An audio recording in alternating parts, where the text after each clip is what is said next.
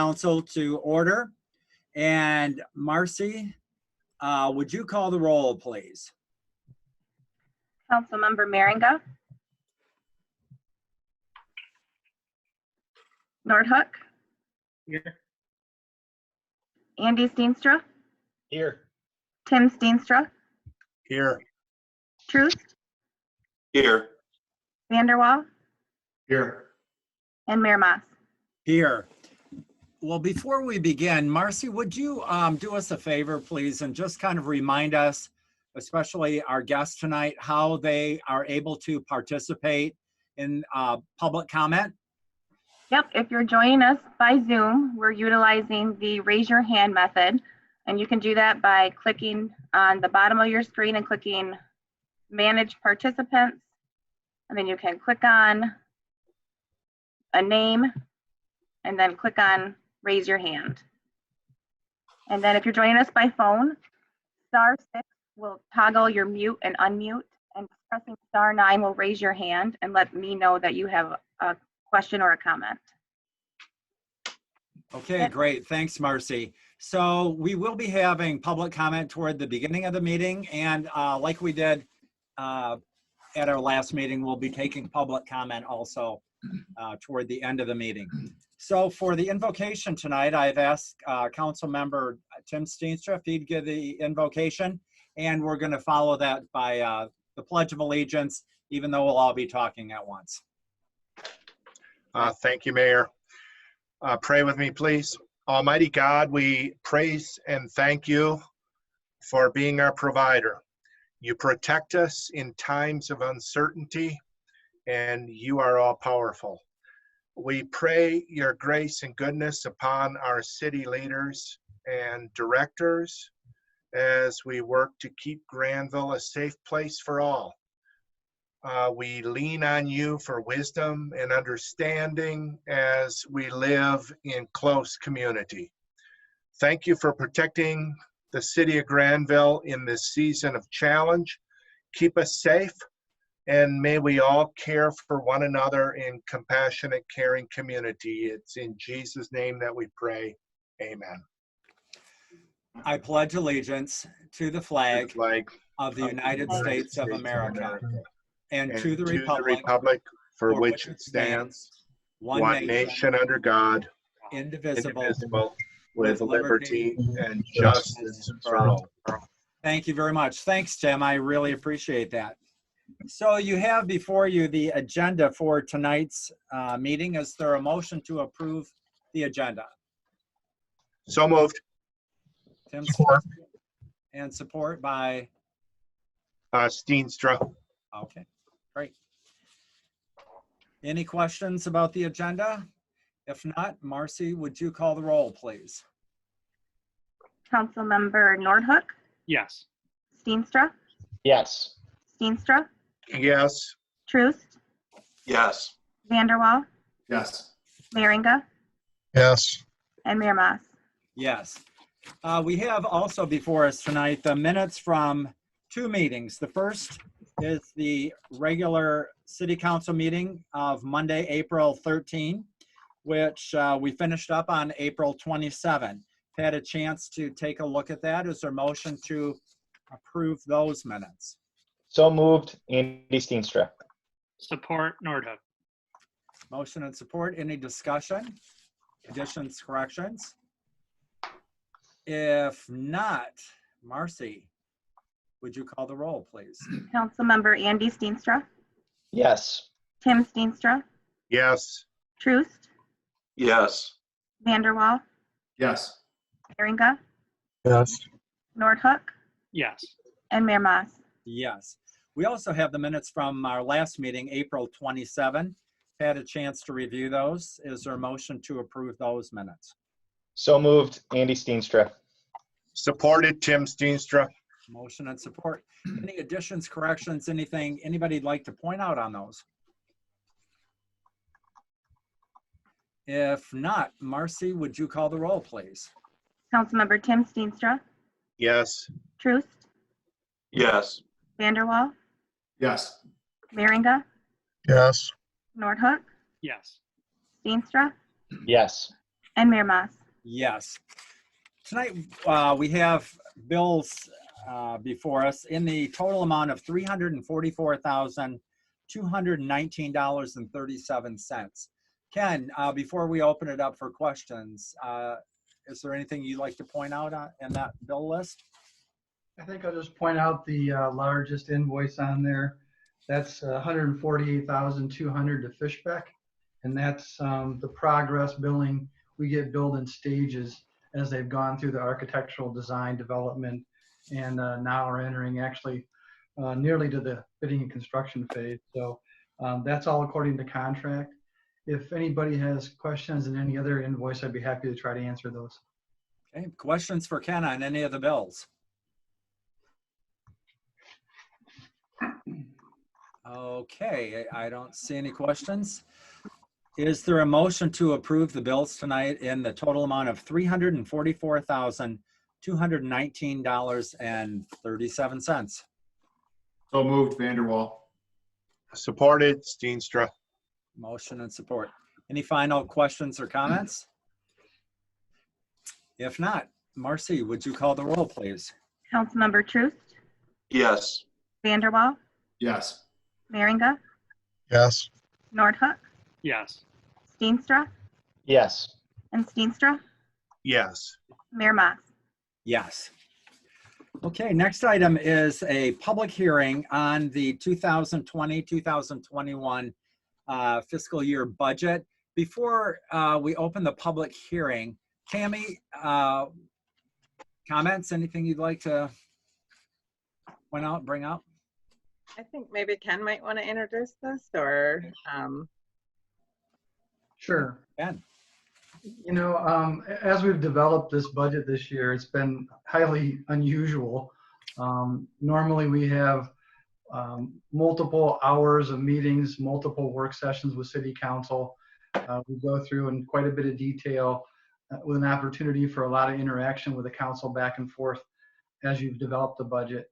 This year, obviously, that wasn't possible. We had 2 work sessions scheduled and both were canceled. And so we've done this on a more individual basis with Tammy and I working through any questions from individual council members and video conferences, and then also just trying to hit any highlights.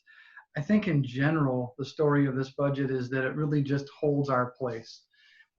Given what's going on with the pandemic, knowing that there's likely to be impacts that we don't even have the ability to quantify right now, and we won't know those until deeper into our fiscal year. Things like state shared revenue, gas tax, things of that nature.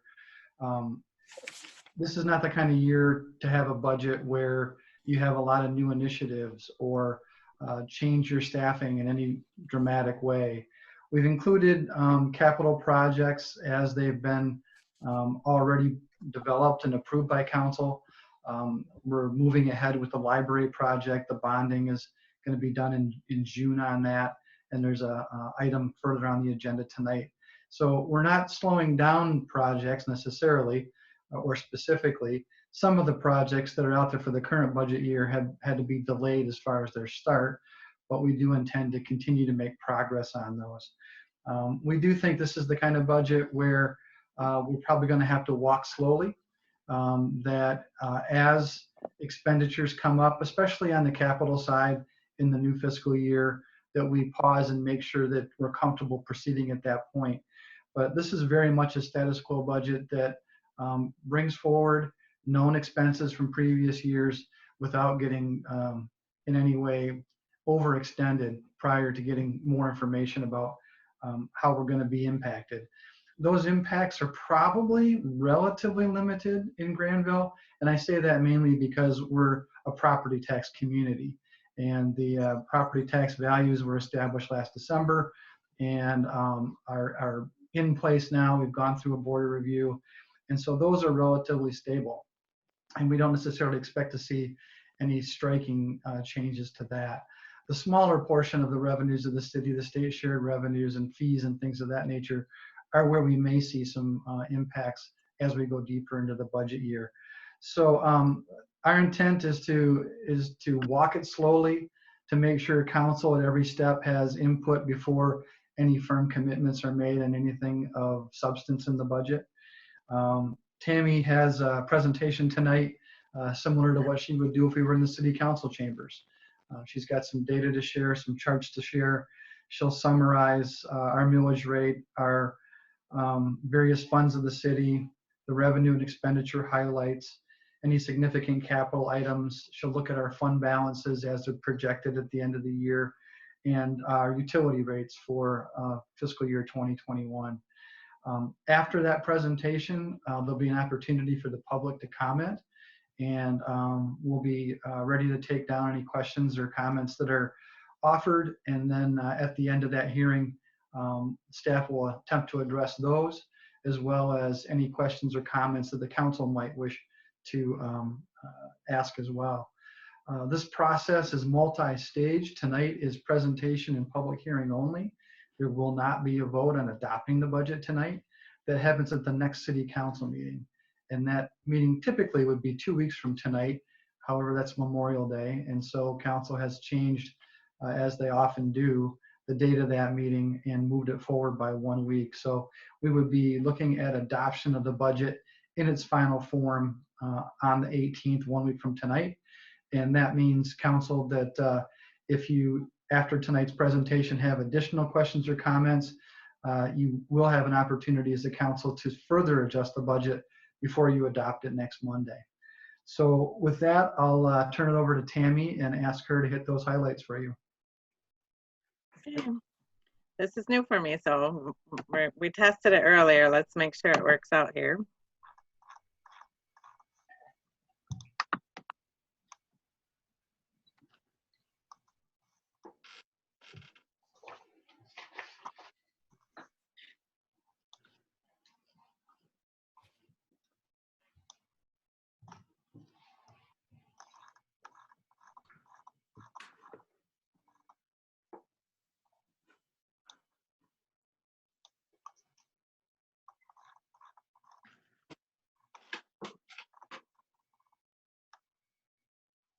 Good. Well, I was doing all right. Earlier we had this down, but again.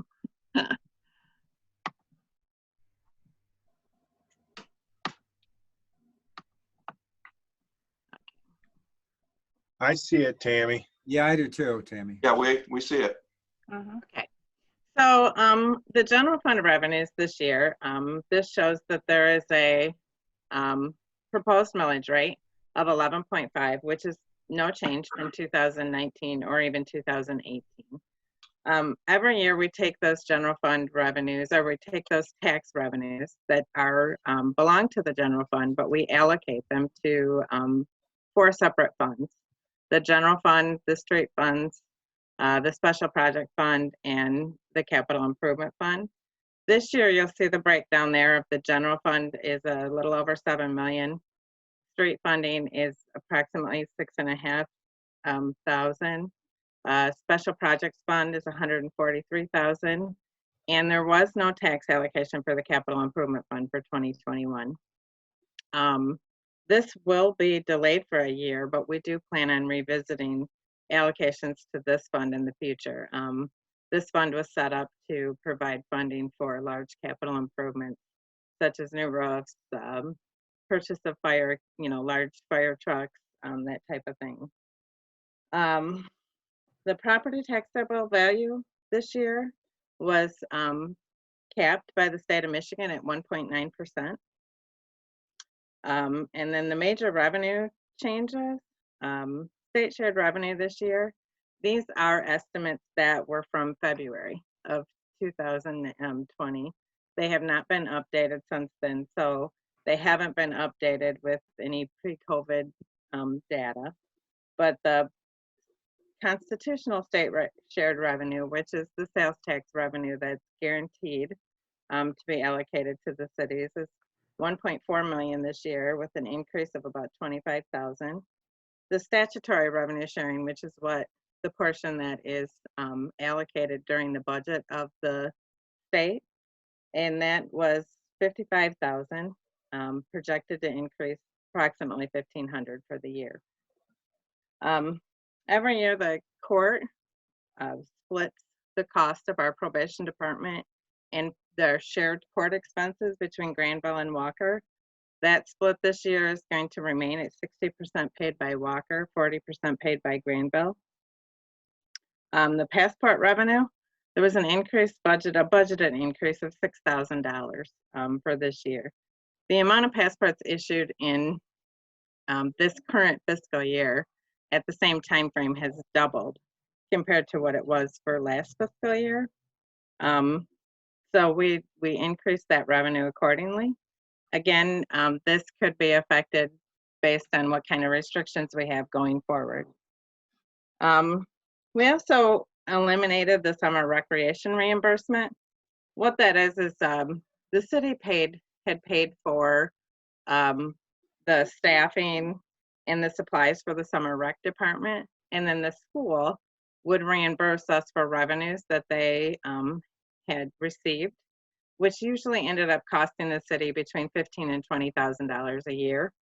This year, rather than for us to pay for the supplies up front and then them write us a check back, the proposal was, why don't we just pay for everything? The school will pay for everything, and then they'll just bill us a flat fee. And they had recommended $18,000 expenditure. So our expenditure side was lowered, so it offset that change in recreational, the reimbursement from the summer recreation.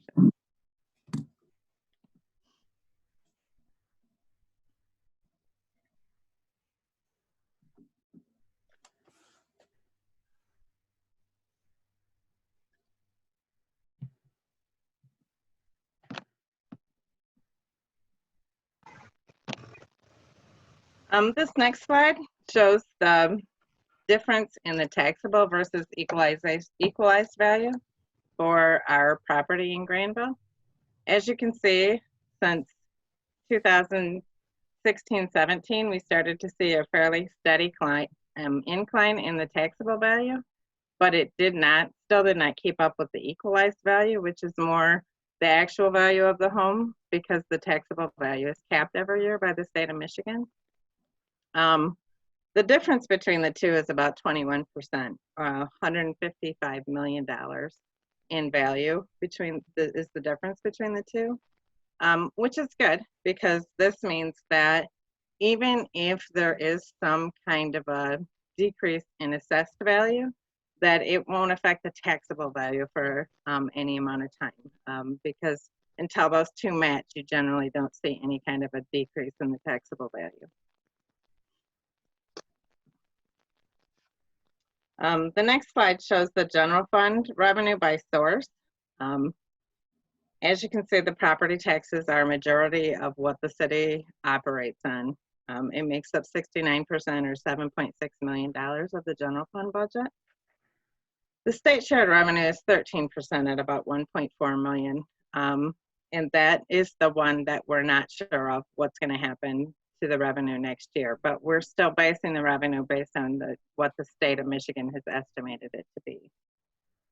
And like Ken had said, we won't see as much of an effect on revenues because of property taxes. Thank goodness we're not an income tax state, because I think that that's going to be affected a lot more.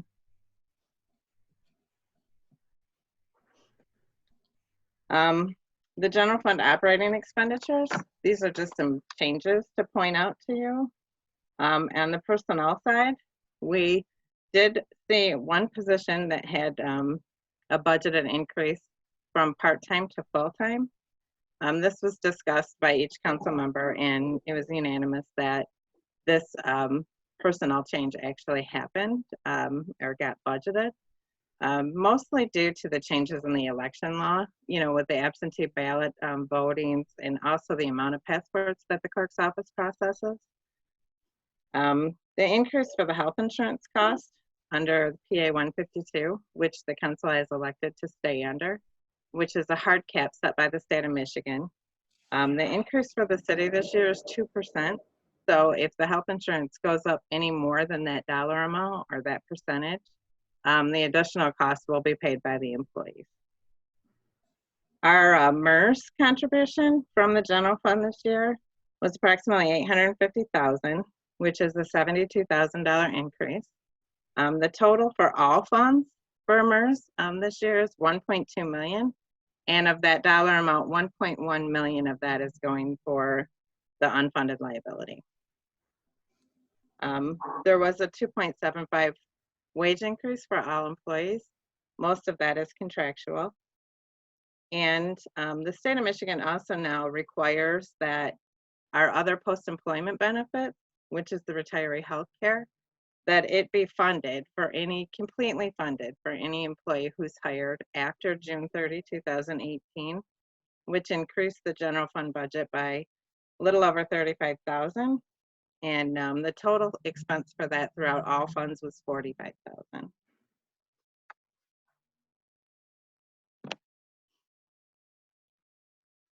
This is more of a departmental breakdown, just for changes that you'll see within these, within these departments.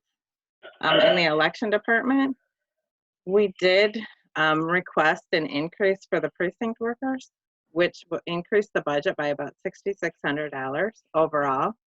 That dollar amount reflects all 4 elections being held within 1 year. If it's not 4 elections, the cost will not be that high. In the assessing department, there's one board that actually receives compensation, and that's the Board of Review. It's a 3-member board. The last increase they had was in 1991.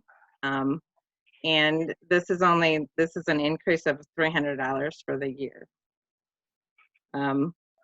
A continuation of the residential reassessment project, where Charlie has discussed either maybe hiring a seasonal employee to go out and help with reassessing a certain percentage of our residential properties, which is required by the state every year, or he may go with a contractual residential appraiser again, but this is a continuation of an expenditure that we added into the budget last year.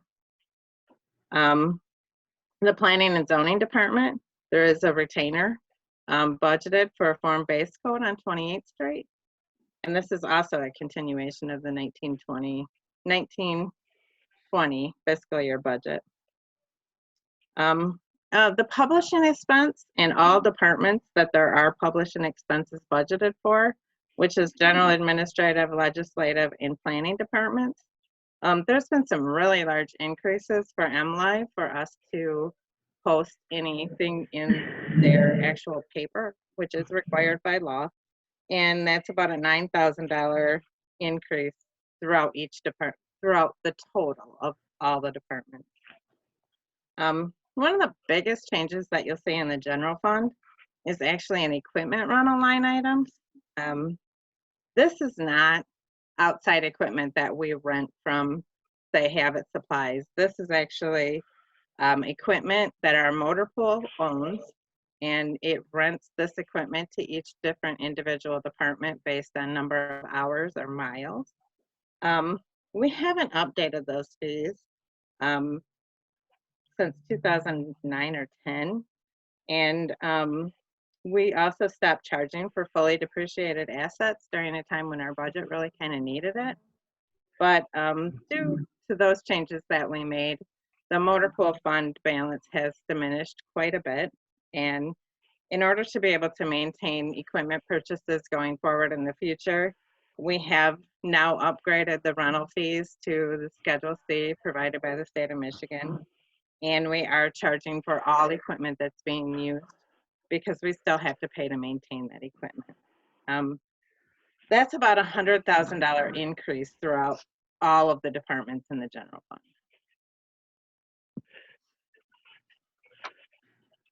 This chart shows the general fund expenditures by function. As always, the police and fire total about 49%. So public safety is just about half of all of our general fund budget. The debt service this year, you'll see, is at 6%. Currently it was at 3%, so it's doubled. This is due to the library expansion and the debt service that goes along with that. The other part of the debt service is the debt that was incurred by the city for the new police and fire building and the new court, and that debt will be paid in full in fiscal year 24-25. So you'll see that percentage shrink back down when that fiscal year hits.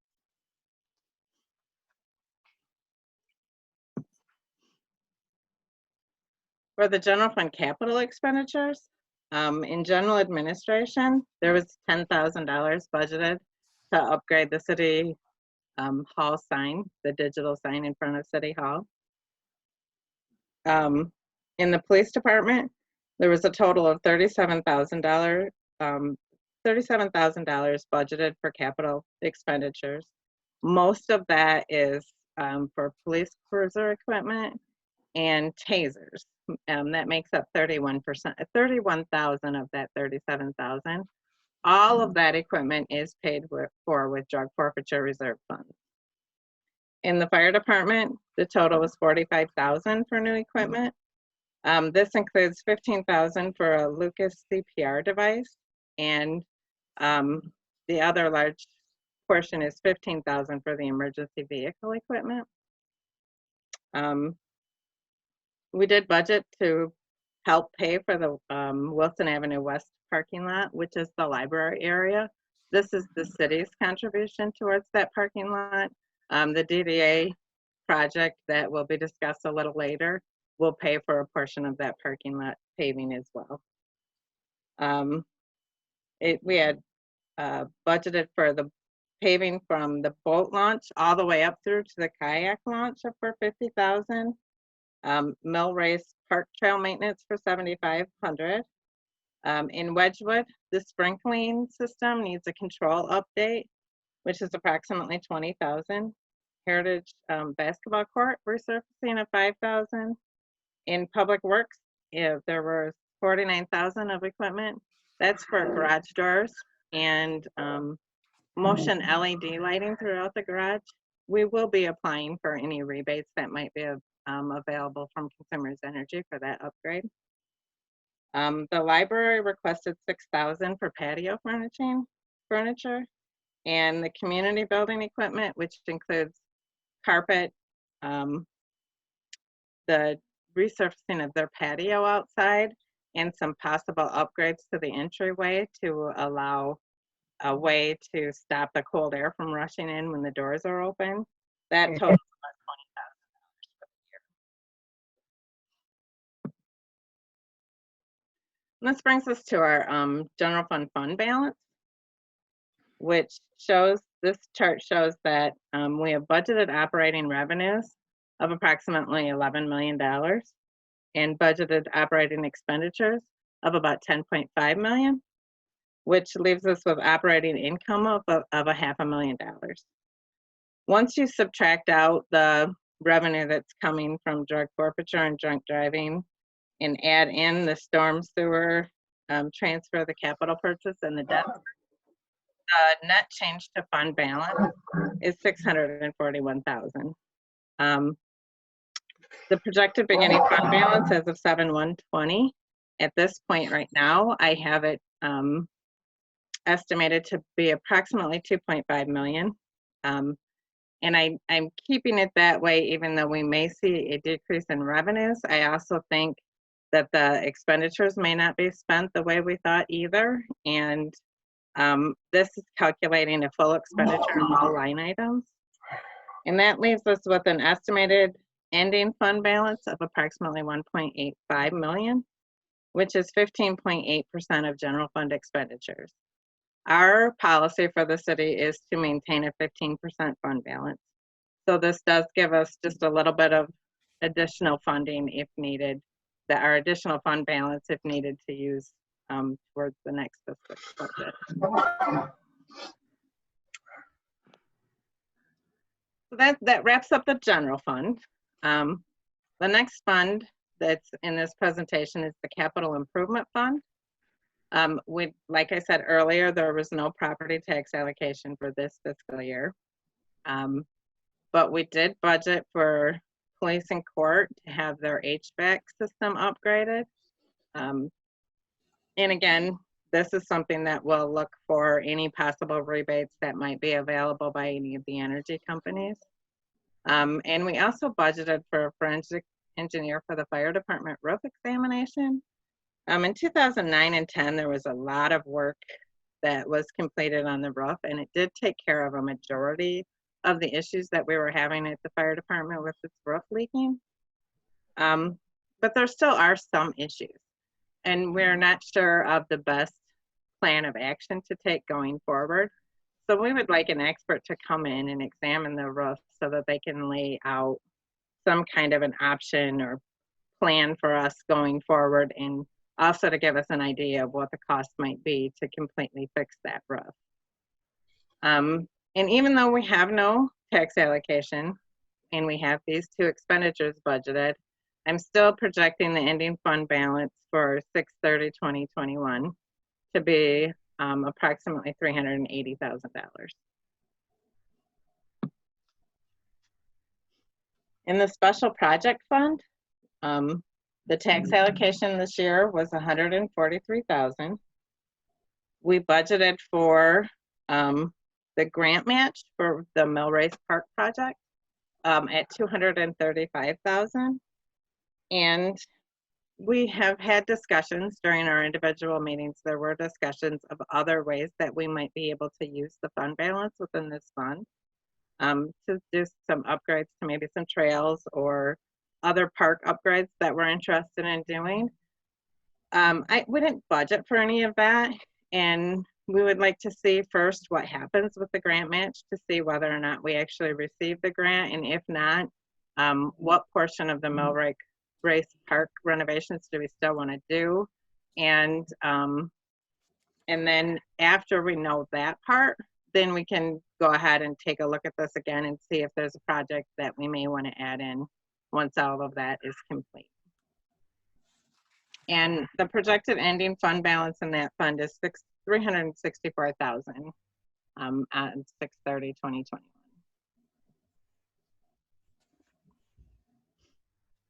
In the major streets, the property tax allocation was almost $65,000.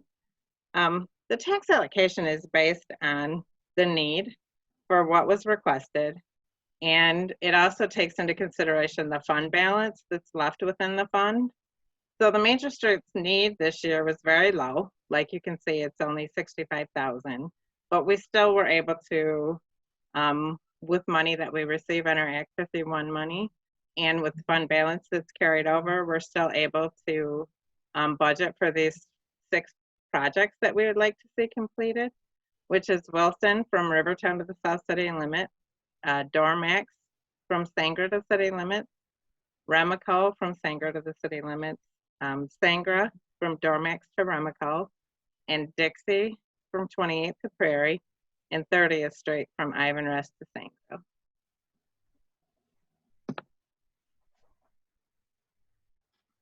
And then you'll see the other portion of the tax revenue allocation, and for the local streets is quite a bit higher, like a lot, 90% higher. The capital projects that we budgeted for this fund were Savannah Court, Choctaw, Mojave, Mojave Court, Chickasaw, Oaks, Blackfoot, and Lila. The 2 on the bottom, the Blackfoot and the Lila, are in conjunction with water mains projects that we have budgeted. If these seem like streets that were in the last year's budget, a lot of them are, because we switched up the budget this year. A lot of these streets are within our project area for the sewer I&I inspection, and we did not want to pave those roads in case there may be some improvement needed when we have full discovery for that project. So we moved those from the 1920 fiscal year to the 2021 fiscal year.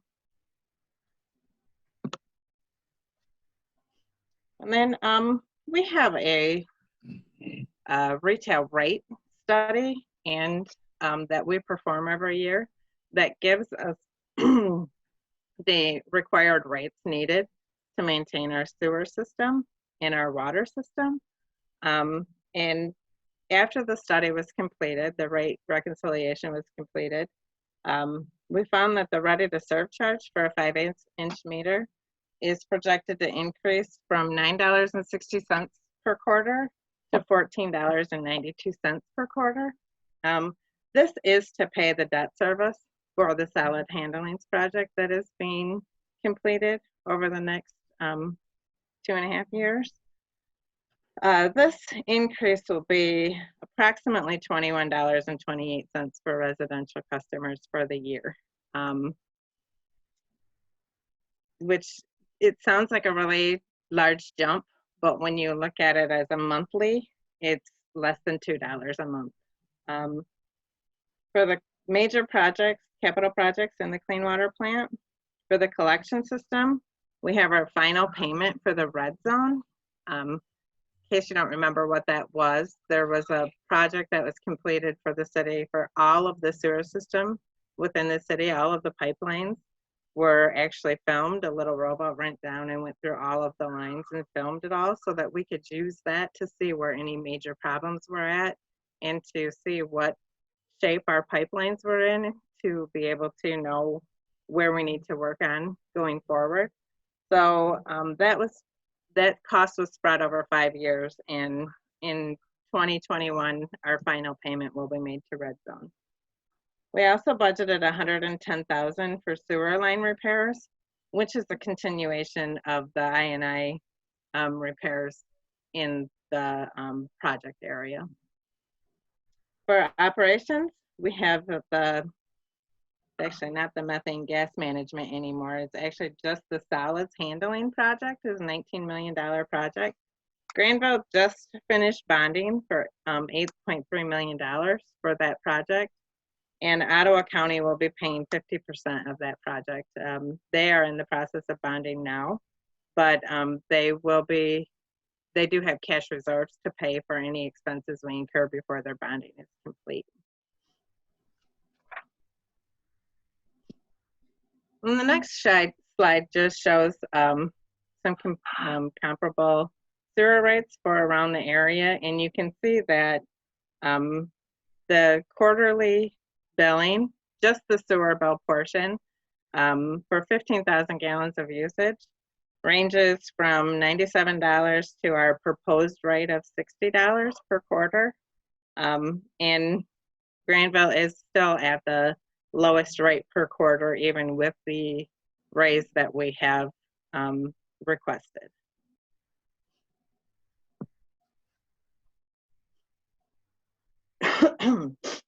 In the water fund, we found that there was no need to increase commodity charge or ready to serve charges within that fund.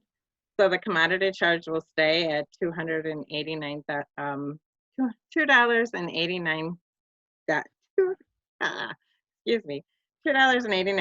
1,000 gallons. And then the ready to serve charge will stay at $16.92 for a 5/8" meter quarterly.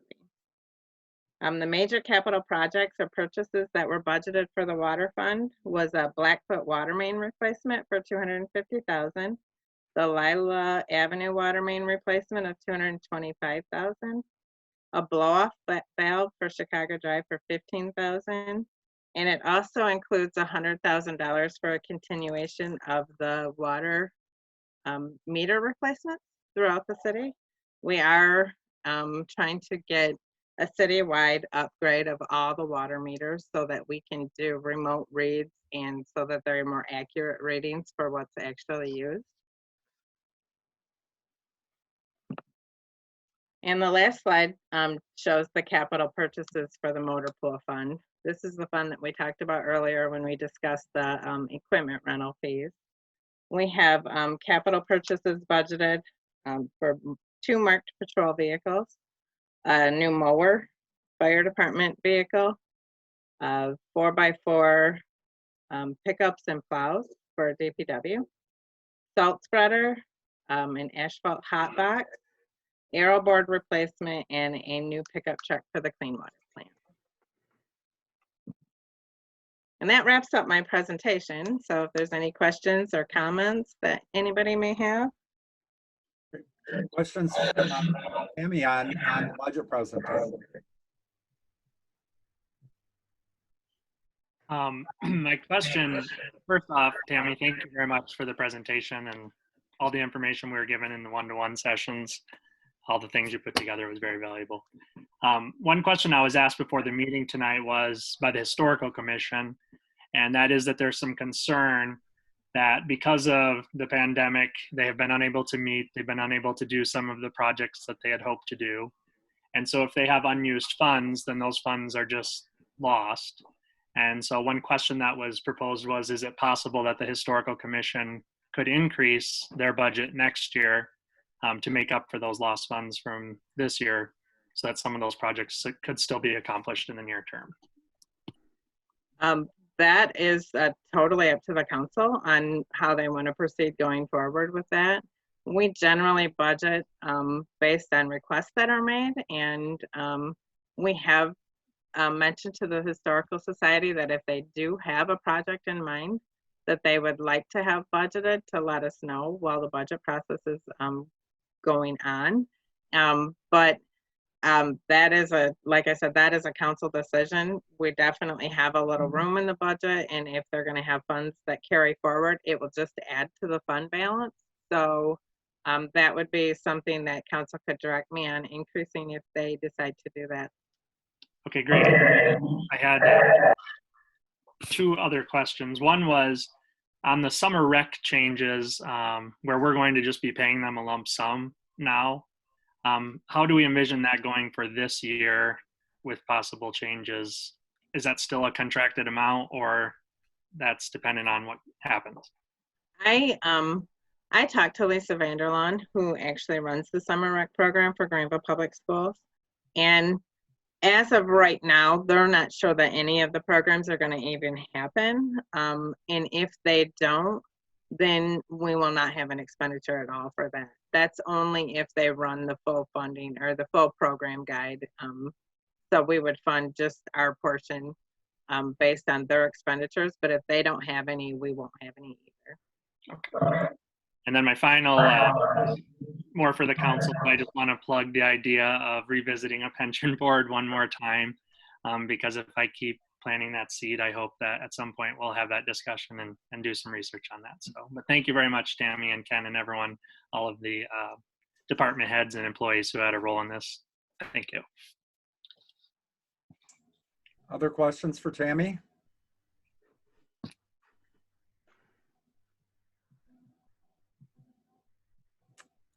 I don't see any or hear any. Well, looks like I do have a question from public. Okay, yeah, we haven't opened the public hearing, but let's let's do that right now then. Is there a motion to open the public hearing on the budget? Motion for Meringa. Supported, Steenstra. Motion and support. Any discussion? Okay, Marcy, could you call the roll on that, please? Councilmember VanderWall, Yes. Meringa, Yes. Noordhoek, Yes. Steenstra, Yes. Steenstra, Yes. Troost, Yes. Sorry. and Mayor Maas. Yes. Okay, the public hearing is open, and Marcy, you have one question already? I from the do. public. Sure, I'm going to unmute them. okay. Okay. It's a phone number, so I'm unsure who it is, but it's 481-0489. Is that you, Randy? Yeah, Okay. I was just going to interject that we had skipped over the general public comment and went directly to the budget. So, but you can fix that by just having the budget discuss or the comment section after the budget. Right. That was my only comment. Okay. Any questions from the public, any guests, any council members about any part of the budget? Okay, seeing none, is there a motion to close the public hearing on the budget? So moved, Andy Steenstra. Support VanderWall. Motion support, any discussion? If not, Marcy, would you call the roll, please? Councilmember Meringa, Yes. Noordhoek, Yes. Steenstra, Yes. Steenstra, Yes. Troost, Yes. VanderWall, Yes. and Mayor Maas. Yes. Okay, now to the general public comment section for tonight's meeting. Again, we're going to have another opportunity very near the end of the meeting for more public comment. But is there anybody, members of the public, who would like to make a comment? Marcy, if you can remind everybody again how to do that and let them know that, let you know that they'd like to speak. Yep, if you're joining us by Zoom, we're doing the raise your hand method. So on the side of the screen, you're just going to click on your name and then click more and then raise hand. And then if you're joining us by phone, by pressing *6 is going to toggle your mute, unmute, and pressing *9 will raise your hand. Okay. Anybody like to make any public comment?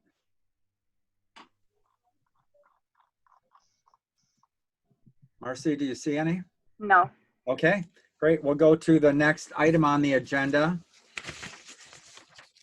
And that is the consent agenda. We have the police and treasurer's April report. We have recommended appointments to the planning commission for terms expiring on July 1 of 2023. And the two names that are being proposed on that, JR, can you remind me? I know that one is Chris Scholl and the other is Jason Flanagan. Jason Flanagan. Both are already serving. And then there's also a miscellaneous purchase order request for protective body armor for the firefighters and first EMT responders.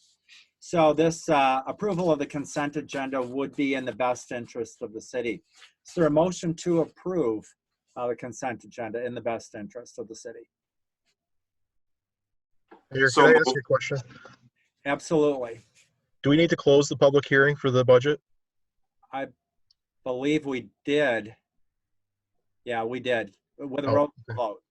Right, Marcy? We did. Yep, okay. Is there a motion to approve the consent agenda in the best interest of the city? So So moved. moved, Steenstra. Support. And support by Troost. Okay, any questions or comments? Anything anybody like to discuss in particular on this? I like the police report again. It's always interesting information and a little bit different format. I like that. So, Chief, very nice. Okay, we have a motion, support, no other comments or questions. Marcy, would you call the roll, please? Councilmember Noordhoek, Yes. Steenstra, Yes. Steenstra, Yes. Troost, Yes. VanderWall, Yes. Meringa, Yes. and Mayor Maas. Yes. Next is the city manager's report. Ken, first item that you have listed is a discussion about the 4th of July celebration.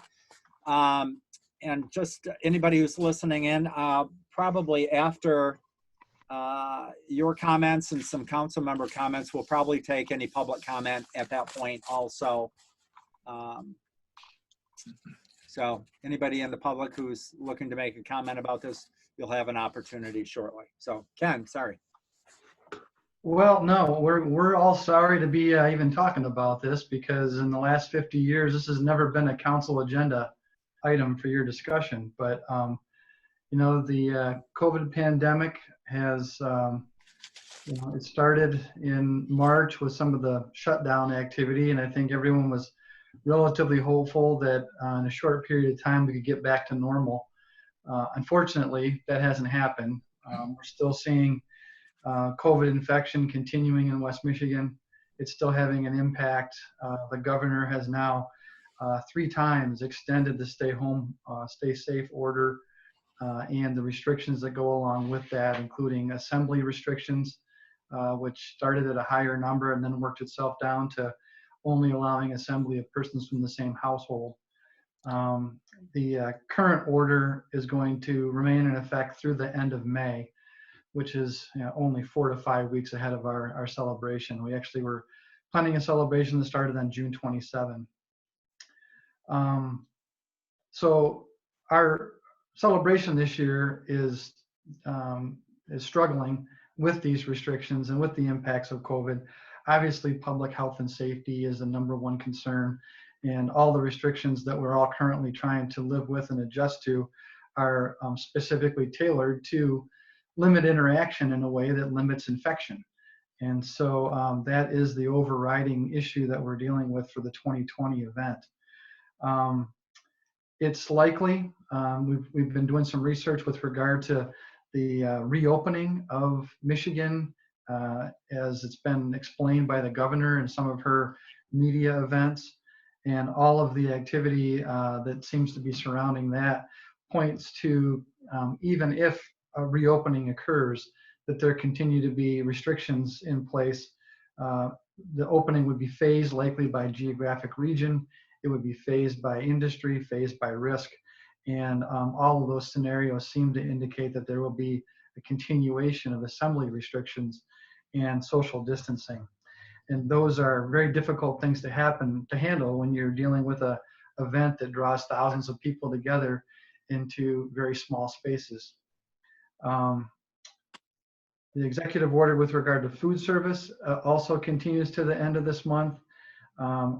That one maybe is an even more likely one to be continued after May 28, just because of the nature of food service and how that operates. And of course, food is an element of what our event offers as far as the public being able to participate in vendors and things like that. So far in this process, the city has consistently attempted to be very diligent in meeting the restrictions that are out there.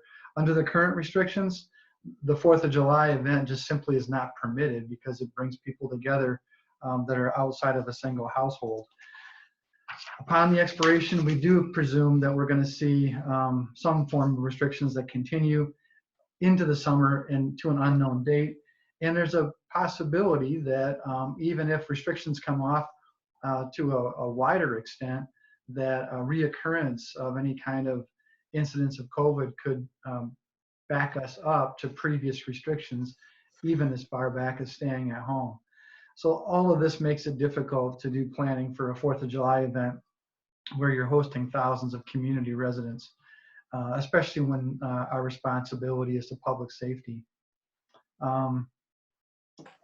We don't want to create an environment that puts people at risk or that makes people uncomfortable.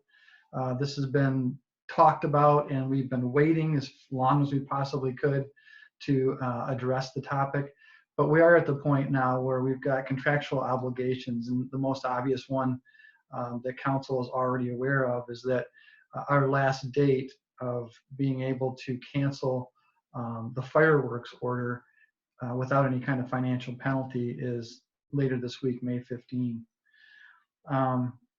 We have consulted with our public safety departments. They are very concerned about the fact that we just are not staffed in a way to be able to enforce social distancing at an event like this. When you think about a parade that extends for 1.5 miles through the heart of the city, and where you've got typically people many persons deep back from the curbs, we've got just not enough people to be able to handle that if there are restrictions that come with any kind of reopening at this point. Fundraising has been suspended essentially for this. It's just very difficult to request sponsorships and support from the community when a lot of that support comes from businesses who are not able to function at this point in time. So that is another issue that's at play as well. The 4th of July committee has been consulted on this. Nobody wants to see this event not happen, but I think they have seen all the things I'm mentioning are very realistic possibilities that would curtail either the ability to hold the event or the safety of the event or the comfort of those attending the event. And so they are on board if the city council determines that it's necessary to cancel this event. We have talked to some extent about whether it's possible to have a partial event or to change the date. The date change in particular is a difficulty. As you can imagine, this kind of event taxes staffing at the DPW, at the police department, at the fire department. But it's an annual event that happens on the 4th of July weekend every year, and they have geared up for that. Our staff members all know that that's just a date you're not able to take vacation. But that just means everybody flows their paid time off to other holidays, and so postponing it to Labor Day or a later date makes it extremely unlikely that we can muster the staffing that we need for a postponement. In terms of partial cancellation, if you start thinking about the nature of the various events that make up the 4th of July, you find that the wide majority of them do result in gathering people together in great numbers, or putting them in a situation where it's just not possible to keep everybody's hands clean. If you think about a bounce house with a parade of kids running through it, or you think about an event like the fireworks where you've got thousands of people gathered around a stage listening to music, you just can't accommodate that kind of partial event, because you're still going to run into the same restrictions that are likely to be in place for that date. It's not a decision that we'd like to make. It's probably one that we need to make, just given the circumstances that we're facing. We're not alone in this. The Cherry Festival, July 10 to 12, up in Traverse City, that event has been canceled for 2020. Ann Arbor last week canceled a late July Arts Festival that is a huge community signature event for them. Tulip Time, obviously in Holland, I think is supposed to be going right now. That's been canceled. So the events that have been canceled have been kind of rolling, and now we seem to be up to those midsummer events. And we are at the point in Grandville where we just don't have the luxury of waiting. We are less than 7 weeks out from the projected start of the 2020 4th of July event. So all of that really is background to say that your staff and the 4th of July committee, everybody who's been involved here, has tried their best to outweight this thing, but it's not going our way. And it's time to be serious about making a decision about the 2020 4th of July event. Okay, good. Ken, thank you. Before we open it up for council member comments and input, let's open it up to members of the public. I see a couple people from the Park and Recreation Board 4th of July committee have joined us. Is there anybody who in the public or Park and Rec Board 4th of July would like to make a comment before council starts discussing it? Just let Marcy know.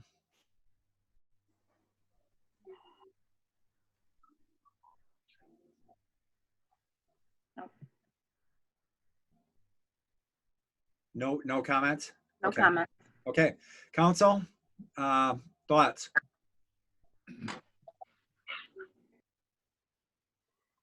Ken, your rationale is compelling. I'm 100% behind this cancellation. It's something we don't want to do, but we just can't do it.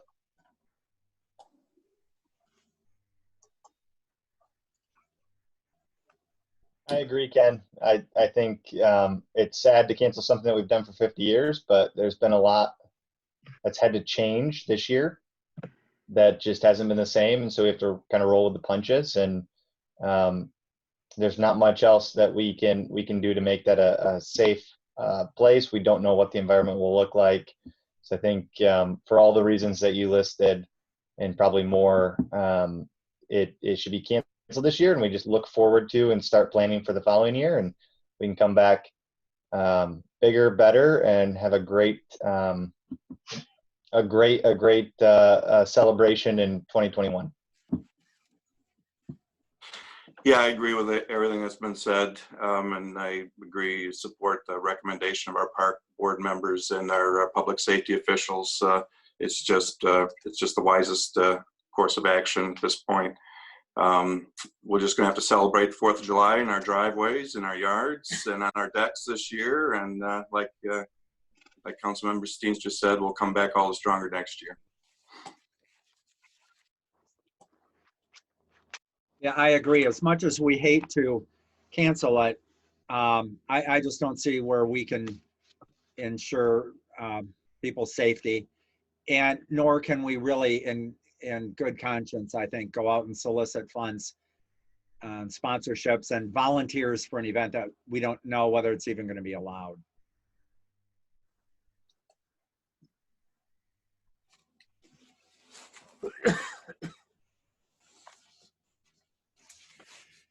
So Ken, are you looking for formal motion and support and vote on that? Yeah, I think we should. While there was no public comment tonight, we have been getting contact from the public about this topic.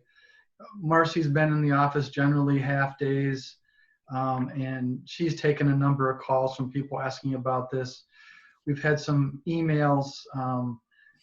I think there was at least one that said, you know, hold out as long as you can. We'd like to have this event. But there were more that said, I'm nervous about this. I don't know how this could possibly work. We've had participants in the event that say that if we hold it, they're not comfortable participating, or they're not comfortable having their children participate. So I think that it would be good to have something official, and we would share that by a release tomorrow if council makes the decision tonight, to make sure that everyone has good advance notice on this, and it comes with the authority of the city council. We'll certainly make it clear that this is an action that we feel we've been compelled to take and not one that we undertake lightly. But I think some of the comments the council members made were right on the nose. You know, let's do this right, and we'll come back in 2021 and hopefully have the best event ever. And in that release that was included in the packet as well, could we mention something about that too? That this is, just in case there's any confusion, this is a one-year thing. We're doing this because of the pandemic, and we plan on fully having our celebration in 2021, and to come back as you know, stronger than ever, to throw a great celebration. You know, I just think give people, help them understand that we're doing this for them and for the public, but we're starting to turn our eyes, and our committees should start turning their eyes towards 2021. And with all this time to plan now, I think that there's a lot of cool things. And again, you know, this is the opportunity to innovate, change things up, try new things. So anyway, something to the effect of looking towards the future that could really help people understand this is a one-year thing. We will do that, no problem. Andy, I think, did you see the revised press release that came out late this afternoon? I saw the one in the packet. I might not have seen that in the email, no. Okay, I think that revised press release that came out later this afternoon was contained more of what you're expressing.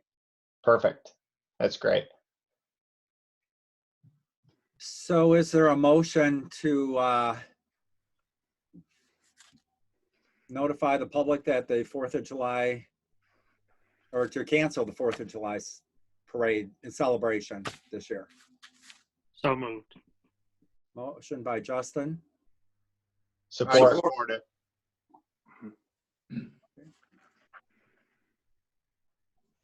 All right, any other discussion, comments? If not, Marcy, would you call the roll, please? Councilmember Andy Steenstra, Yes. Tim Steenstra, Yes. Troost, Yes. VanderWall, Yes. Meringa, Yes. Noordhoek, Yes. and Mayor Maas. Yes. Okay, Ken, next item. Construction management agreement on the downtown improvement project. Yeah, City Council back in September of last year approved a contract with Fishback to do both design and construction management of the library expansion project. At that point, the DDA was starting to work on their planning for the Franklin corridor improvements that Matt mentioned earlier, and in your packet provided a memo on.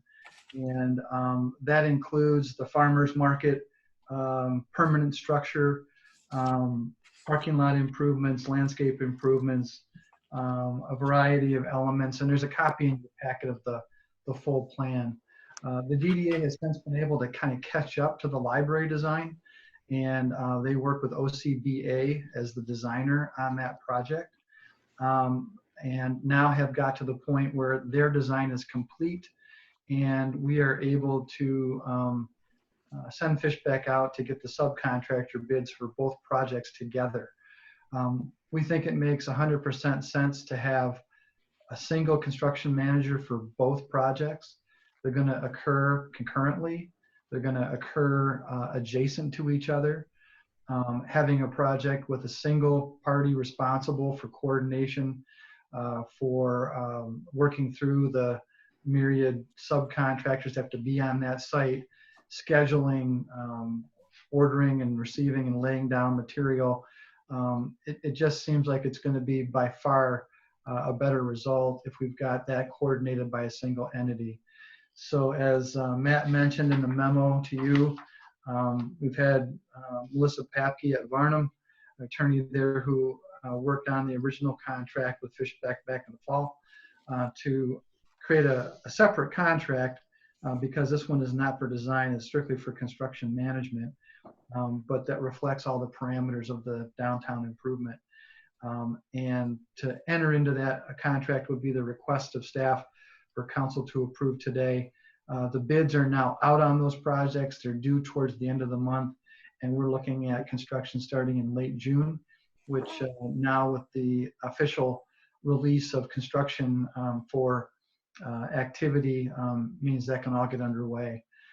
Looks like the downtown project can be finished in just a single construction year. The library would definitely be a 2 construction year process. But the DDA is the funding entity on that. They're going to be, the bonds will be combined with the library bonds, and the DDA will pay their portion. The city will pay its portion. I'll ask Matt if he has anything he wants to weigh in on this particular item, anything that I may have missed.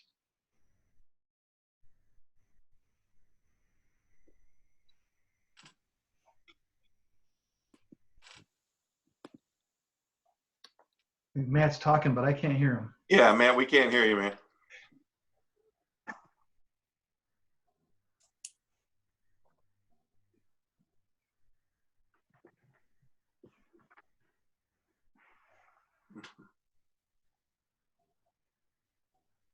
All right, we'll just jump past Matt. If we can figure it out, we'll try to get back to any comment that he might have had to offer. But we also have, I think, Chad Everts and Kent Mogenberg that are on the call as well from Fishback. Is there anything, guys, that you want to interject at this point?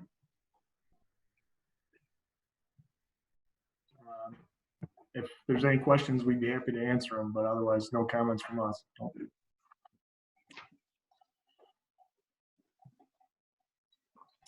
Okay. Well, I think it's a good idea to enter into the construction management agreement. I mean, and have it all coordinated, have all the subcontractors coordinated. It makes sense to me. So I think it's a great idea. Any other questions from council about the proposal? Mayor. I have a quick question. My question is, Ken and Matt, I just wondered where we were at with the eminent domain process with the pub. Matt, are you still muted? Can you hear me now? Yes. Oh, we can hear you. Okay, we're close to a settlement out of court on that. Okay. Good. We should hear more this week. Thank you. Josh, you had a comment? Yeah, I had a question, Matt. I think your memo about the DDA project mentioned the drive-up book drop. I thought that was Yes. part of the library project. Is that being kind of split between the 2 projects, or is the DDA taking over that part of it from the library project? How does that work? The DDA's taken that over. It has to do with the division of the projects. Although it's going to be the same construction management team, there's a division of the projects, and we've had several meetings over what side of the project is each each, building or structure. That fell within the DDA for the ease of the construction.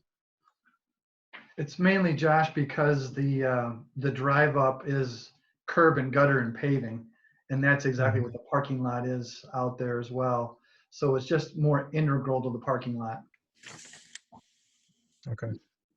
The design of it doesn't change at all. It's just the funding piece of it. Well, the DDA project impacted the original design of that too. So it's a minor thing. The DDA is happy to take care of that. Okay. Tim? Yeah, Matt, can you remind me what the Rainbow Grill parking lot has to do with the project? It doesn't have anything to do with this project. That was for just additional parking in the downtown. Okay.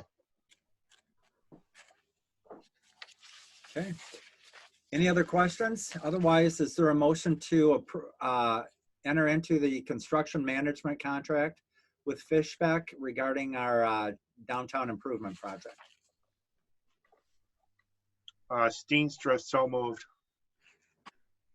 Support VanderWall. Support Meringa.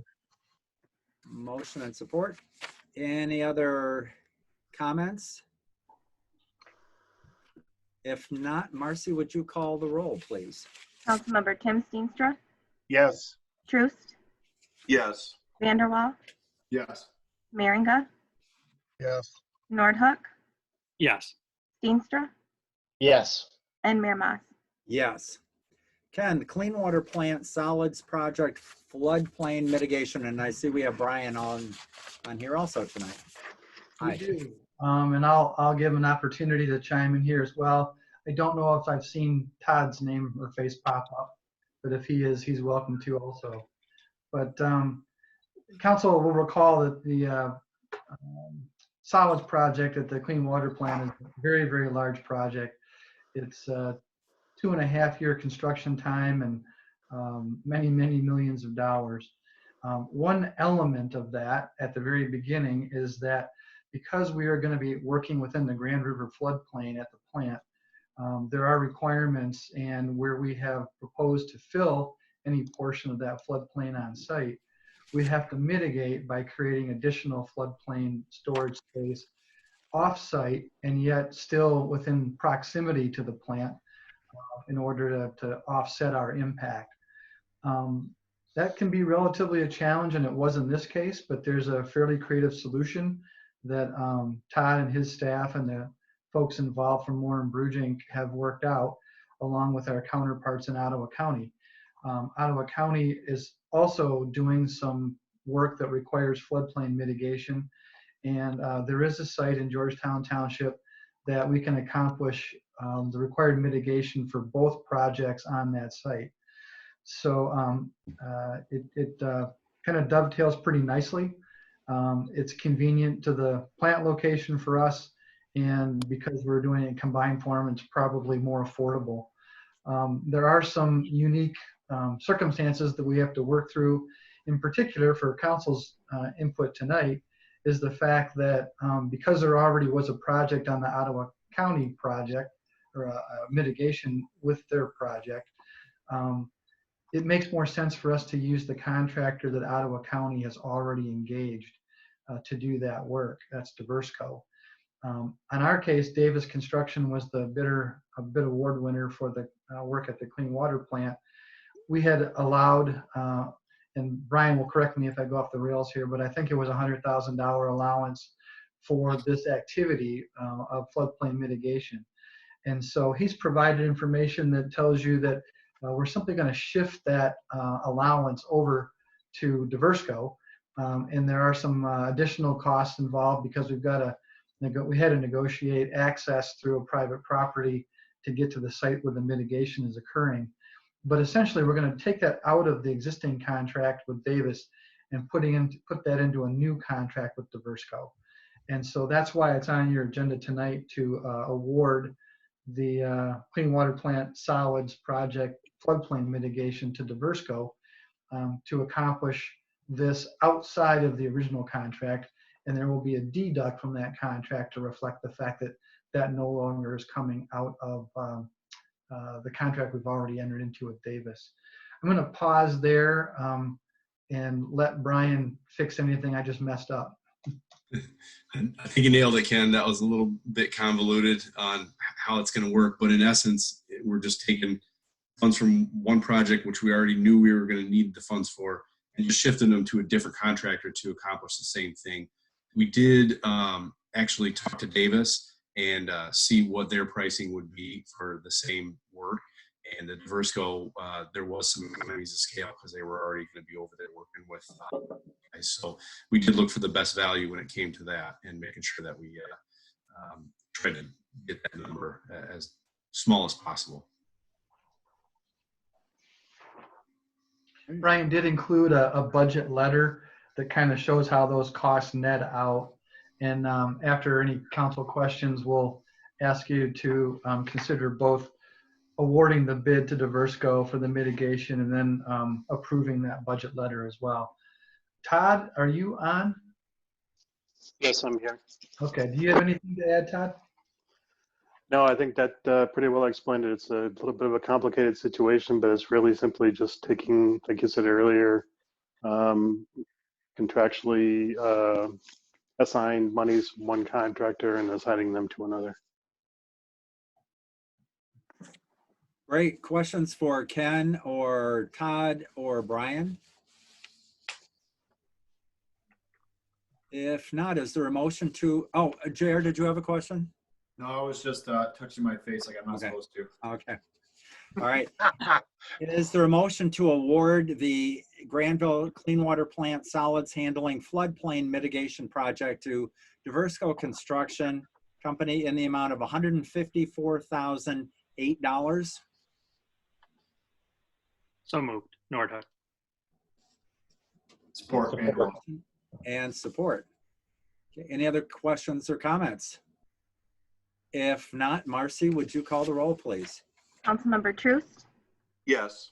VanderWall, Yes. Meringa, Yes. Noordhoek, Yes. Steenstra, Yes. Yes. and Mayor Maas. Yes. Now, is there a motion to approve the budget letter dated May 7 from Brian Hannon at Morin Bruchink for the project? So moved, Steenstra. Support, Steenstra.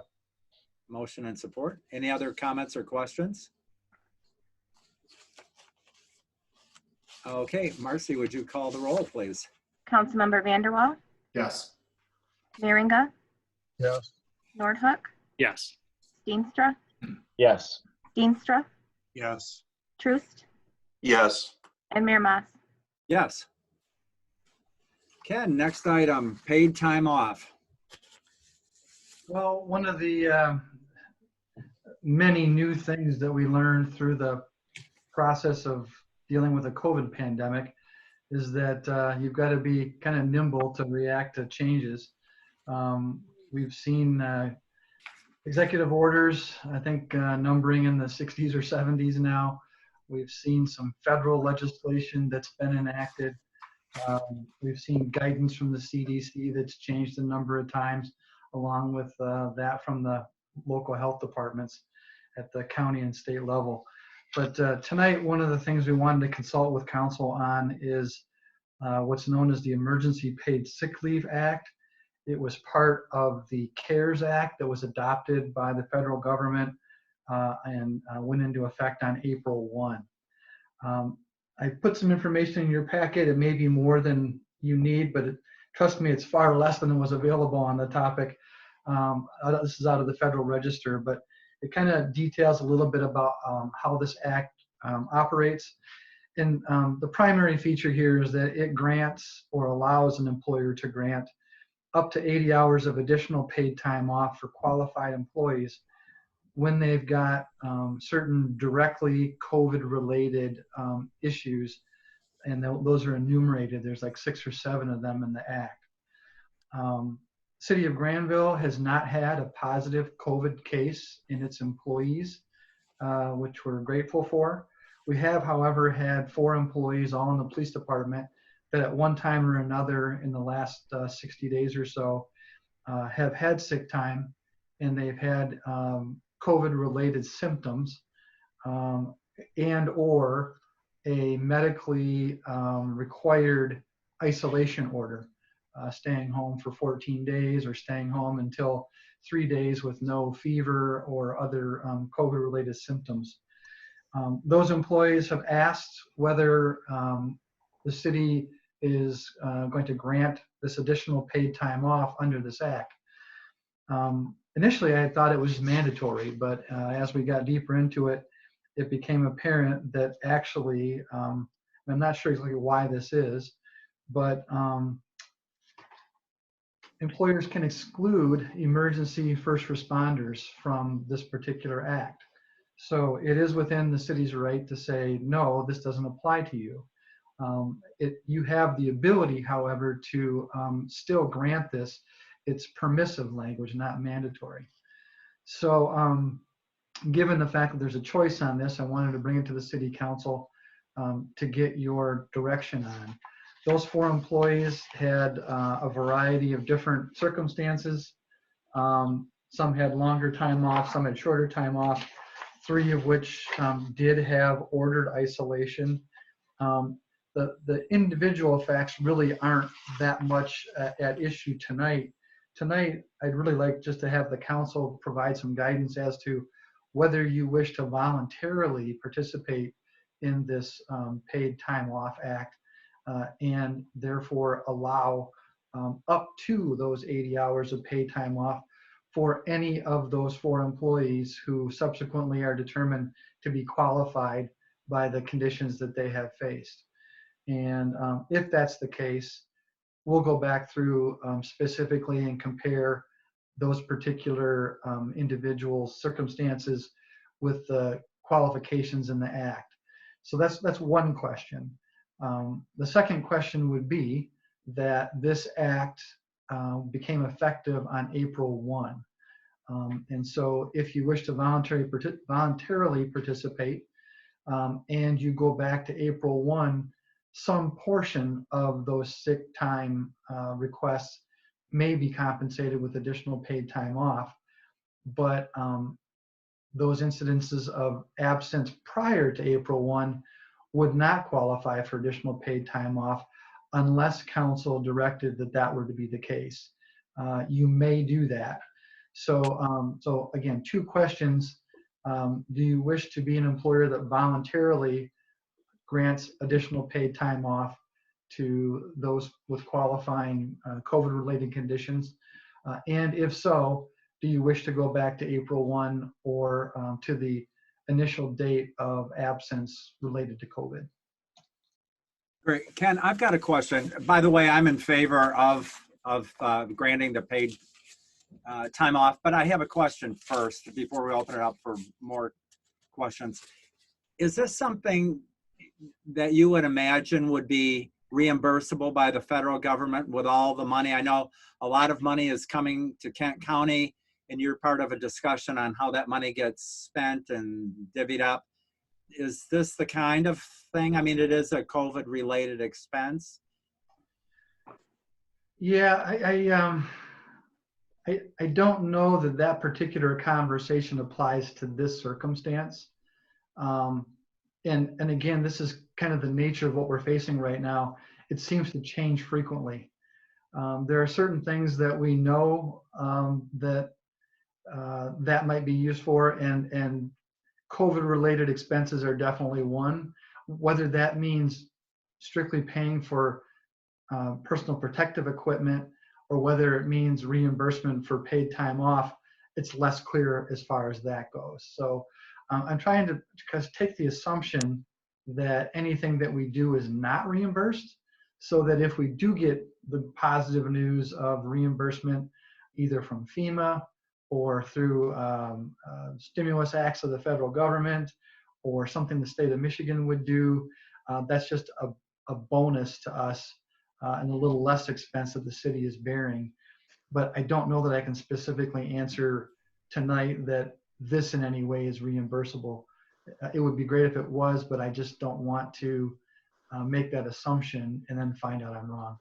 Yeah, and like I said, to me, that's not a determining factor, but I was just curious about it. So, other council member comments? Justin. Ken, you would look into it though, what Steve's talking about, as well as any other reimbursements to municipalities by way of the county or by way of the state or by way of the federal government, right? Yeah, as a matter of fact, we are participating, and the mayor referenced some current conversation. There is over $100 million that is targeted to Kent County with regard to COVID from the federal government. And we have submitted information about the expenses we've incurred to date to be part of that. There's a committee being formed. I think it met for the first time last week to try to figure out how to allocate that amongst any other local units of government. There are also in our council, you may have been directly contacted through the MML. There's also I think it's a National League of Cities led effort to try to influence the federal government to consider direct payments to local units of government as opposed to indirect payments through like the states or the counties. And that is something that has been talked about a little bit in Washington. It's even picked up a little bit of press. But again, I'm not ready to make a prediction on whether we're going to ultimately see that or not. So my counsel would be to make decisions assuming that they're not reimbursable, and we certainly will go for everything that we can. Tammy has also participated in the FEMA documentation workshop as well. Sure. Just stay on that, because I think there will be money that's made available to us. And I too, like Steve, would be in favor of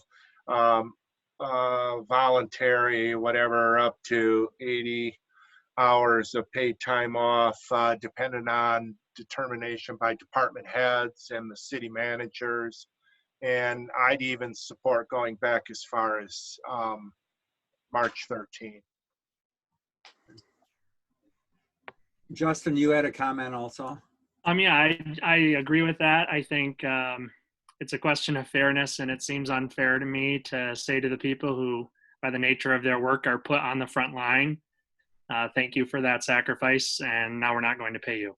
So I think they're entitled to the same thing that every other worker should be given. So I completely echo what Tim said. Justin, I think it sounds like just the kind of legislation we can expect out of our federal government. Well, I thought that, but I didn't say it, but I agree. Yeah, I completely agree. I agree with Justin and everyone else. It sounds unfair. It sounds honestly completely convoluted and doesn't make any sense that the people who, like Justin said, need to be on the front lines, who are most exposed to this, are the ones who are not covered. Yeah, I'd say let's be as generous and gracious as we can to those people as we support them through this. JR. You know, I do agree with you guys on this. I guess one thing to consider is, you know, Ken had mentioned that they did not or had not been tested positive for COVID. So depending on how long this thing gets stretched out, I guess one thing to consider is you know, are these people getting tested, or are they not getting tested, and are they symptoms based on the strain of COVID-19, or are they influenza A symptoms, influenza B, seasonal flu, allergies? I'm not in disagreement with you guys. I just want you to know that. But as this goes forward, I just want to be careful that we're also doing the right steps to properly have those employees tested. Just some food for thought. I agree. I think these are people that are on the front lines. These are folks that are putting themselves in harm's way, that don't have the option to stay home and work at home because they're out there and they're serving the public and they're answering calls and they're going in people's homes and they're responding to accident scenes and so forth. And I think we do need to take care of them and treat them the same as the other employees. I did have a question, probably for Ken, I guess. You had referenced a couple other municipalities, or maybe that was from Paul, on how they're handling this. I think you mentioned Walker and Wyoming.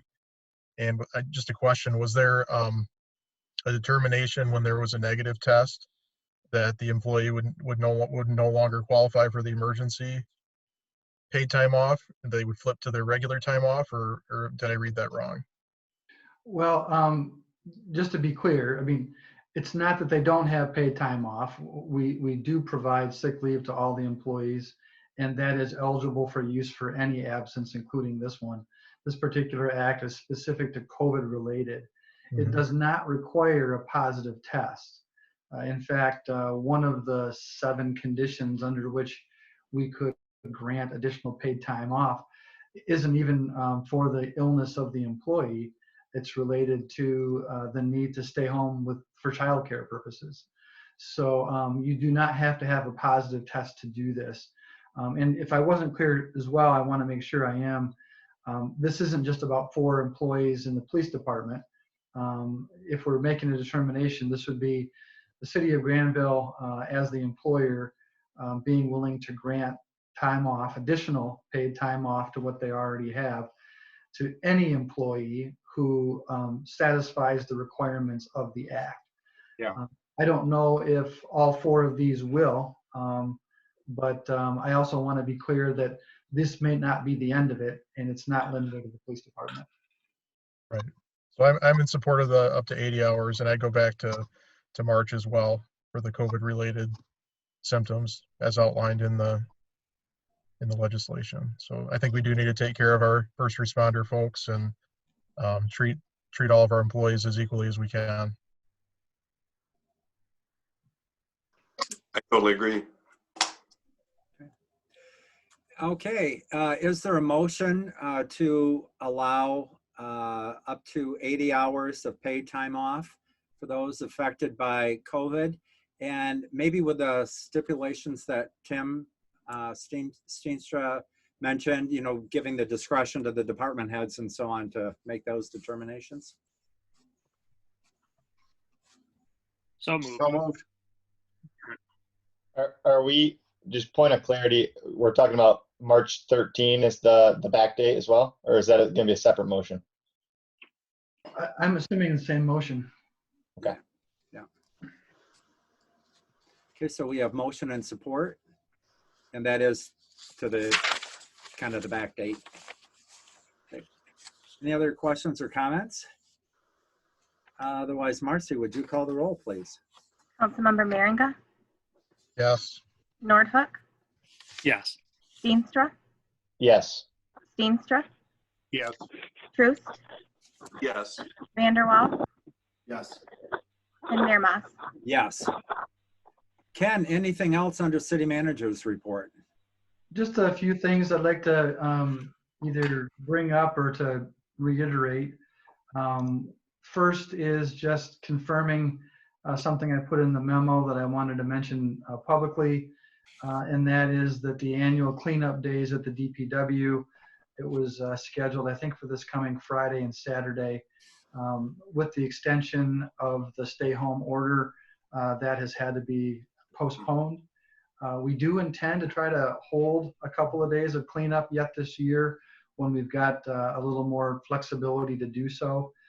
So for those folks who are out there that generally bring brush or other material down to the Public Works Department, we will not be doing that now, but we'll let everybody know that when we do determine a new date for it.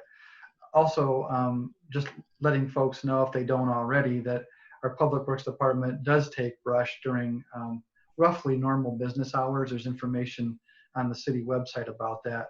So there still is an outlet. It's just not everybody come down on a Friday and Saturday and do it all together. Council's aware that the governor extended the executive order on the stay home through May 28. Also wanted to highlight that the executive order that permits virtual public meetings like this one to occur has been extended as well. It was due to expire this week. It's now been extended to June 30. We certainly hope we can get back together as a group in public before then, but that is the new date. I wanted to go back briefly to the budget and just hit a couple of points that I wanted to clarify. Tammy had mentioned the constitutional state shared revenue, and she mentioned that it was kind of guaranteed. And I wanted to just clarify that. What's guaranteed is on constitutional revenue sharing is that we're going to get an amount based on a formula that is primarily derived from the amount of revenues that the state government takes in on sales taxes. And so I want to make sure that you are aware that the fact that we are guaranteed an allocation doesn't necessarily mean we're guaranteed a specific amount. And Tammy did mention that she had based her revenue assumptions on the most recent available from the state, but those were pre-COVID numbers. I also wanted to highlight the lack of an allocation to the capital improvement fund for this year. That really is a conscious trade-off. We are bonding for that library project. For a number of years, we had been planning for the fact that we were going to have to start making annual payments on those bonds, and that this would be the first year that was going to happen. At the time that we had done planning for that, we had anticipated that there would be a small increase to the property tax millage rate in Grandville. So that would have been a potential feature of the budget for this year. In consultation with the city council, as we had individual discussion in development of the budget, it was pretty quickly concluded that this was not a year anyone was very eager to put a property tax millage increase, no matter how small, out to the public. In recognition of the fact that there is turmoil, there is employment disruption, things of that nature. And the reason we were able to do that was because we just deferred that allocation to the capital improvement fund for 1 year. So that's an active decision with regard to this budget. I also wanted to follow up on the Wilson Avenue paving from Rivertown Parkway to the South City limits. That's a project that is on the federal grant project list for this coming fiscal year. It'll be done in conjunction with the city of Wyoming, which is paving Wilson farther south from our border.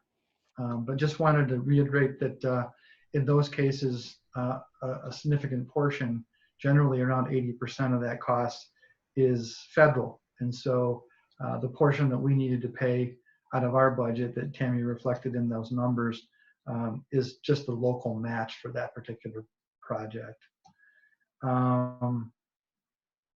And then finally, on the increase in the sewer ready to serve charge, just wanted to reiterate that that was a requirement of our bonding.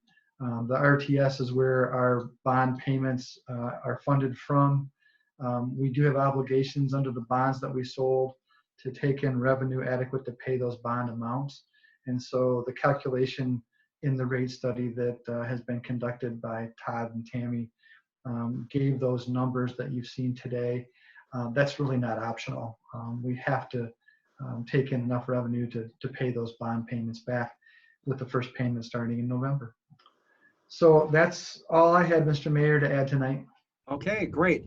Well, before we open it up for council member comments, let's see if there's anybody in the public who would like to make a comment. Carolyn, you've been very quiet tonight. Anything you'd like to add? Okay, anybody else here like to make a public comment? No. Marcy, you don't see anybody? Okay, nope. Josh, let's start with you. Council member comments. Sure. Yeah, I guess I just start out by saying, I'm disappointed like everybody else about the decision regarding the 4th of July. It's unfortunate that we have to do that this year. I thought Ken did a good job of outlining the rationale for why that decision needed to be made. I do want to express appreciation to Joyce Andreessen and Bob Persky, who are kind of leading the 4th of July. As many of you know, the planning for this starts months before the 4th of July. In fact, probably a month or two after the previous 4th of July ends. So we're already several months into it here. And many others who are involved from Park and Rec and from the community in planning that event as well. Just want to express appreciation to them for all of the work that they've done up to this point, and just say thanks to the committee and everybody that's been working on that. And we hope to have a great celebration next year. I do hope that people will find ways to celebrate at home in appropriate ways, safely, and with those that are around them. The other thing I wanted to just say is I've had the opportunity to participate a couple times in the county updates that have happened on the Zoom meetings with the county administrator and the county commissioners, and then many of the other local elected officials. And just want to say appreciation to the county for the communication. The health department in particular has done a great job, I think, of doing outreach to the community and providing information. There's a daily video that comes out from Adam London, who's the director of the health department, that's on Facebook. Very helpful information. So I just want to say thanks to the county for all the communication and keeping the locals updated on what's going on, as well as the community. Want to wish the police department a happy police week. It's police week this week to remember those who have fallen in the line of duty, but also to show appreciation to our police officers and law enforcement. That's it. Thanks. Thanks. Justin. I just want to restate my appreciation for all the work that went into the budget, and everyone has done a fantastic job of remaining flexible. And as Josh said, communication from the county, from the city, Ken, all of you, it's much appreciated. So thank you all. Great. Andy. I have nothing to add. Thank you, Steve. Tim. I got 3 cheers. Number 1 for Marcy for setting up the upper Zoom room for us the last few meetings, and for also increasing the passport income by about $6K. That's awesome. Number 2, to Tammy for the great work on the budget and the good presentation tonight. And number 3, Ken, Matt, Mayor Maas, your great communication with us about the executive orders, what's going on with the COVID-19 and our community. Really, really appreciate the constant communication.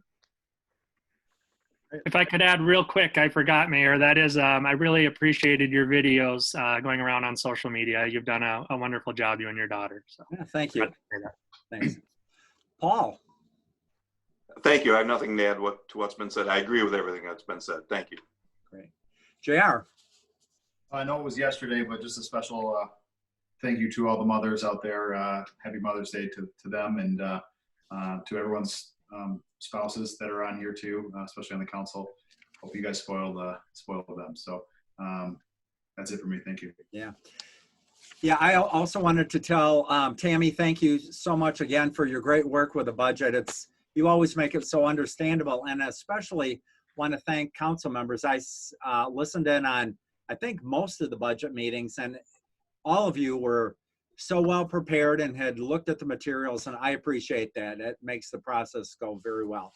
Also, I miss getting together with everybody, so hopefully we're going to be able to do that soon. And also, final comment, it was great to see the cones up on Wilson. I never thought I would enjoy seeing construction cones and traffic lanes, but I'm like, yes, people are back to work. This is good. I see the construction work going on Kiowa Court. So yeah, that's a nice site actually this year. So you bet. Any other comments? If not, is there a motion to adjourn? So moved. VanderWall. Support Steenstra. Motion and support. Marcy, would you call the roll, please? Councilmember Noordhoek, Yes. Steenstra, Yes. Steenstra, Yes. Troost, Yes. VanderWall, Yes. Meringa, Yes. and Mayor Maas. Yes.